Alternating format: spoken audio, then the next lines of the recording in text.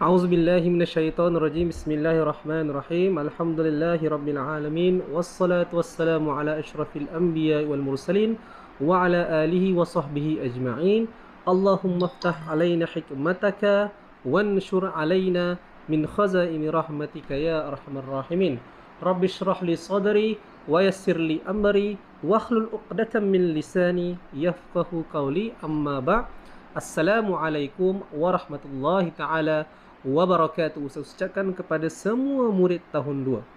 Baiklah, pada minggu ini kita akan belajar dalam bidang adab unit 2, iaitu indahnya persahabatan.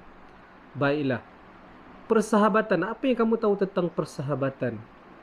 Sahabat, kawan, itu semua adalah benda yang sama. Tapi dalam keadaan sekarang ini, kita dalam keadaan pandemik COVID-19, kita tak dapat jumpa dengan kawan-kawan kita. Kita tak dapat jumpa dengan sahabat kita. Adakah itu menjadi batasan kepada kita? Betul. Tapi tak semestinya kita kena berjumpa berdepan-depan dengan kawan kita. Sekarang kita ada Facebook, kita ada WhatsApp, kita ada Telegram, okay, kita boleh video call, okay, kita boleh Google Meet. Jadi macam-macam platform yang ada untuk kita berjumpa dengan kita punya sahabat. Biarpun tidak dapat bertentang mata, bersua muka, tetapi kita dapat berjumpa di alam maya untuk bertanyakan sama ada kawan kita sihat ataupun tidak. Selagi mana itu dapat merapatkan lagi ukhuwah kita sesama manusia. Baik, sekarang ni kita akan beralih kepada buku teks. Sesiapa yang ada buku teks boleh rujuk buku teks, sebab ustaz akan mengajar secara terus menggunakan buku teks. Jadi kita boleh tengok sama-sama apa yang ada dalam buku teks kamu. Apakah itu sahabat? Sahabat ialah orang yang dikenal rapat dan disukai mereka, sentiasa bersama-sama dengan mereka, dan ketika kita susah ataupun senang. Itu maksud sahabat. Maknanya sahabat ni orang yang kita kenal rapat, kita suka dengan dia. Sahabat ni orang yang ada di sisi kita apabila kita dalam keadaan yang susah ataupun dalam keadaan yang senang. Okey, jadi kamu boleh pilih sudah dalam senarai nama kawan-kawan kamu yang kamu pernah kenal, mana satu sahabat kamu yang ada di sisi kamu pada masa senang dan pada masa susah.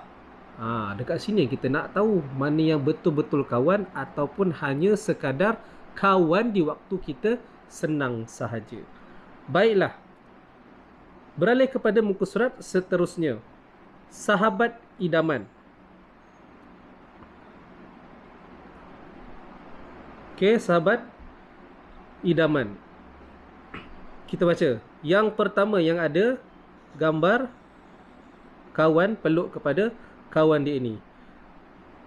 Din dan Basri bersahabat baik.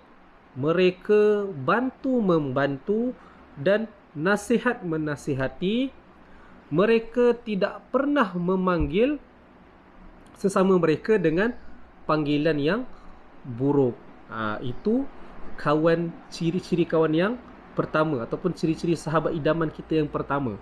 Macam Din dan Basri ini, saling bantu-membantu, saling nasihat-menasihati, dan diorang pun tidak memanggil sesama mereka dengan panggilan yang buruk. Okey? Itu yang pertama. Yang kedua pula, kita tengok dalam situasi yang kedua. Kalau kamu nampak dekat dalam buku teks kamu yang ustaz bulatkan itu, ada kawan dia tolong kawan yang jatuh daripada basikal. Ini penceritaan, ada cerita. Pada suatu hari ketika pulang dari sekolah, Basri terjatuh dan membantu membawanya pulang ke rumah.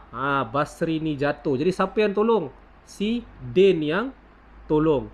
Keesokan hari, Din menziarahi Basri dan memberikannya buah tangan. Din mendoakan agar Basri kembali sihat. Nampak ni, mendoakan. Okey, lepas tu menziarahi, membantu. Nampak, itu ialah ciri-ciri sahabat idaman kita. Daripada yang situasi mula-mula tadi, diorang saling bantu-membantu, saling nasihat-menasihati, tak panggil dengan nama yang tidak baik. Lepas tu satu kawan jatuh basikal, dibantu lagi, mendoakannya supaya sihat. Itu semua adalah ciri-ciri kawan yang baik. Seterusnya, situasi yang seterusnya. Okey, tengok muka surat sebelah. Okey, ada perbualan dialog di antara Din dan Basri. Basri kata apa? Ni Basri. Nampak tangan dia dah berbalut. Dia kata, terima kasih Din kerana membantu saya. Lepas tu Basri pun kata, tidak mengapa, ini sememangnya tanggungjawab seorang sahabat. Nampak betapa baiknya Basri kepada Din. Jadi kamu, kalau ada kawan-kawan yang ada dalam kesusahan, kita cuba contohi Din ni. Kita kena contohilah Din dan Basri dalam bersahabat. Mereka tidak pernah bergaduh. Nampak yang pertama, tidak pernah bergaduh, mengejek dan memanggil panggilan yang buruk. Mereka menutup keaiban sesama mereka. Ini adalah ciri-ciri sahabat yang baik. Kita tengok sabda Rasulullah sallallahu alaihi wasallam yang di bawah ni. La yu'minu ahadukum hatta yuhibbu la akhihi ma yuhibbuhu li nafsihi. Maksudnya, tidak sempurna iman seseorang daripada kamu sehingga kamu kasihi saudara yang lain seperti diri kamu sendiri. Riwayah Al-Bukhari dan Muslim. Itu sabda Rasulullah sendiri. Kalau kita tak sayang saudara kita seperti mana kita sayang diri sendiri, jadi janganlah kita bersahabat dengan orang lain. Nilai sahabat tu yang paling penting. Sebab apa? Cermin kepada diri kita sendiri pun, sama ada kita ni baik ataupun buruk, ialah sahabat. Kalau kita ni ada buat salah, siapa yang nak tegur kita? Sahabatlah yang akan tegur kita. Kalau sahabat kita ada buat silap pun, siapa yang akan tegur? Kita pula yang akan tegur dengan dia. Kalau ada salah, saling nasihat menasihati. Itu kerja ataupun tanggungjawab sebagai seorang sahabat. Okey, muka surat seterusnya. Kepentingan mengamalkan adab-adab bersahabat mengikut sunnah Nabi Muhammad sallallahu alaihi wasallam. Ada berapa ni? Ada satu, ada dua, ada tiga, ada empat. Yang pertama, penyayang. Nanti saya akan terangkan satu per satu. Yang kedua, prihatin. Yang ketiga, peroleh kebahagiaan. Yang keempat, mendapat pahala. Okey, sekarang kita cuba tengok satu per satu. Memupuk rasa kasih dan sayang. Yang kedua, menyemai sifat berkongsi kurniaan Allah. Dekat mana yang maksud bersifat berkongsi kurniaan Allah ni? Kalau kita dalam keadaan yang susah, ada kawan kita yang bantu, itulah yang maknanya kita berkongsi nikmat Allah. Kalau kawan kita ataupun sahabat kita dalam keadaan yang susah, kita dalam keadaan yang senang, kita bantu sahabat kita, kita berkongsi nikmat yang Allah berikan, kurniaan yang Allah berikan. Di situ timbullah rasa sayang kepada sahabat kita sendiri. Itu yang pertama. Yang kedua, prihatin, menimbulkan kemesraan. Maknanya kalau kita dah saling tolong menolong, dekat situ ada timbul kemesraan. Biar kawan beribu. Sebab apa?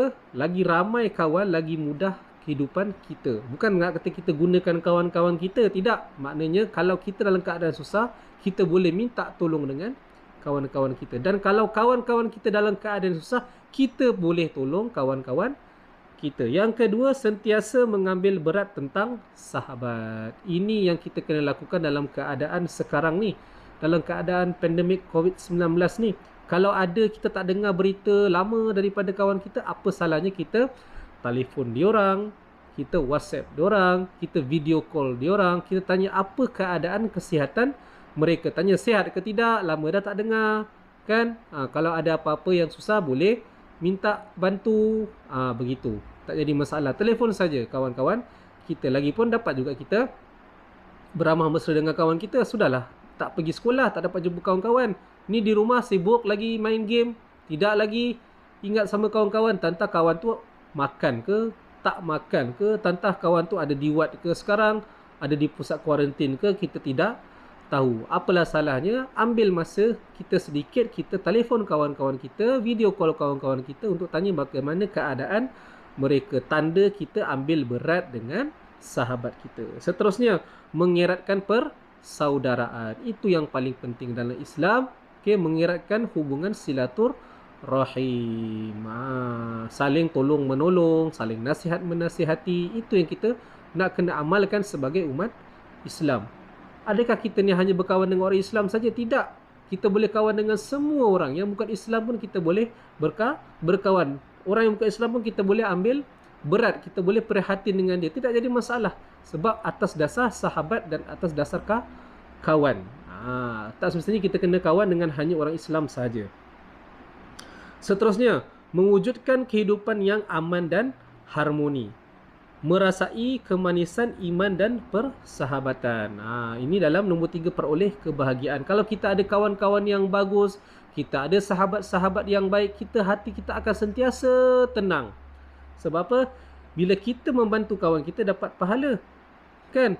Ada kawan-kawan yang baik pun, mungkin kawan-kawan kita di kalangan ustaz-ustaz, mungkin kawan-kawan kita di kalangan doktor-doktor. Okay, jadi mereka pun mendoakan kebaikan kita, kita pun mendoakan kebaikan kawan-kawan kita. Jadi sama-sama dapat kebahagiaan. Last sekali, mendapat pahala nombor 4.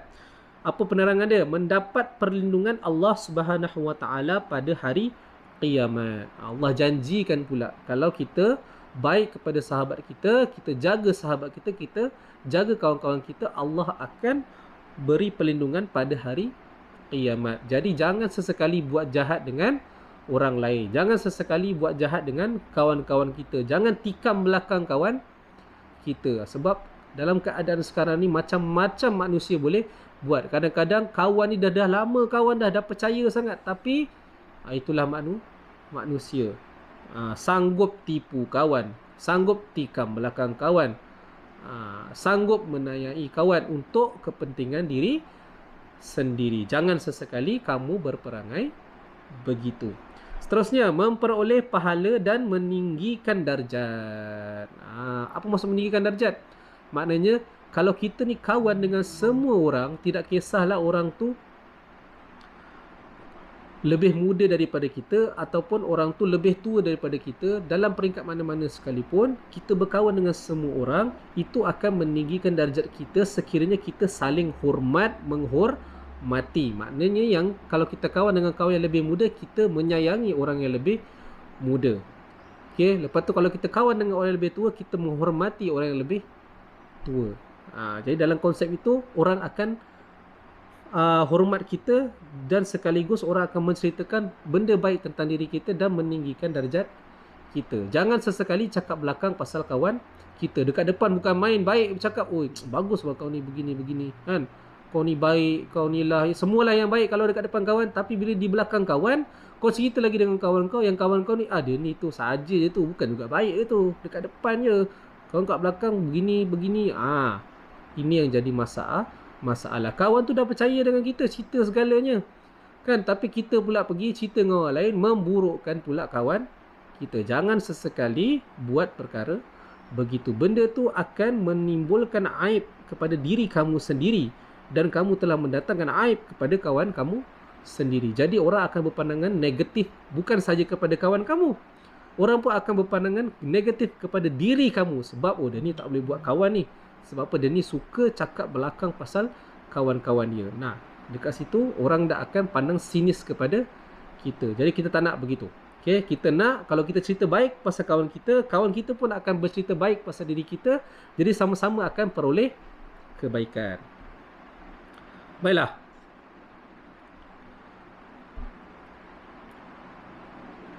Sampai di situ sahaja. Okay? Untuk topik pembelajaran kita pada hari ini.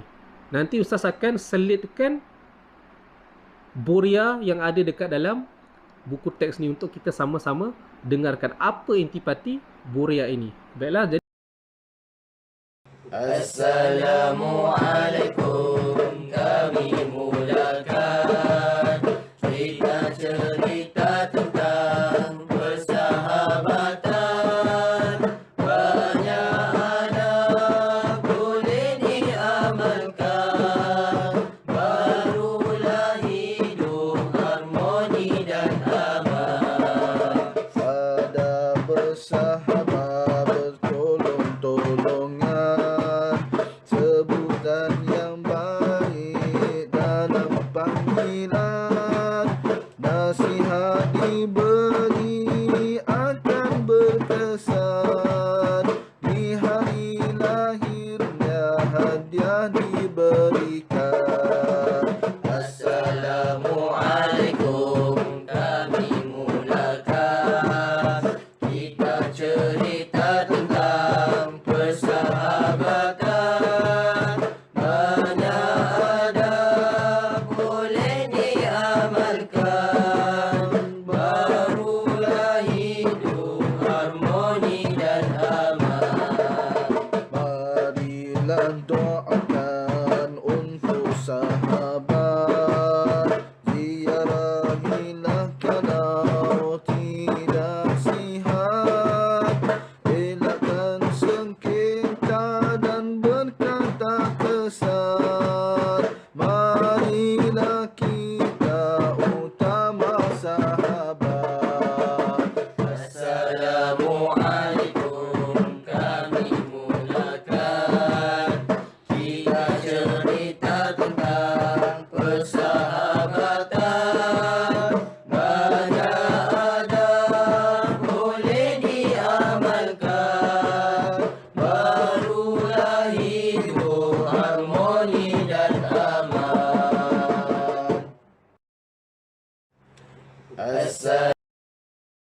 Jadi sampai di sini saja pembelajaran kita pada minggu ini. Ustaz harap kamu dapat faham apa yang Ustaz jelaskan.